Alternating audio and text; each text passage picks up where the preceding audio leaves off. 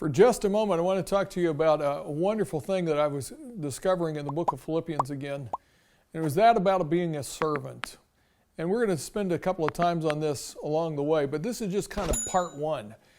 And you know, Jesus talks about being a servant. He has a wonderful thing there in Matthew 5, 6, and 7. But the thing that I'm fascinated about is there's three characteristics of being a servant. You know, Paul says that there in Philippians 2, he says, listen, do nothing from empty conceit or about selfishness, but consider someone else as greater than you. And that's the important thing here. The first characteristic of being a servant is that of giving. When we are willing and able to give of ourselves, there's no greater gift than to give yourself. So give yourselves to a person, give yourself to a cause, give yourself to the church, give yourself to Jesus. The point of it is, giving is an incredible way to be a servant, to serve the Lord, because it comes from something of love. It comes out from inside of you.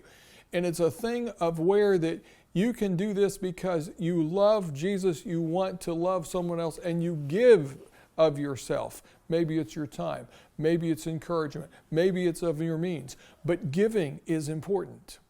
If you read later on in the chapter of Philippians 2, you discover that Jesus is the ultimate example of being a servant. And one of those characteristics he exemplifies better than anyone else, because Jesus gave. He gave himself for us. I can't think of any greater gift. No greater gift than being able to give yourself. And Jesus not only gave himself, but he gave himself for us to live, to be redeemed, to be transformed and changed. The fact of it is, when we walk with God and we walk in his footsteps and we learn that principle, we as servants can give our lives in such a way that somebody, somewhere, somehow will catch a glimpse of Jesus through us. And we become an extension of his hands, his feet, his voice. And what a remarkable thing when somebody says, you know, because you gave of yourself, I now know Christ.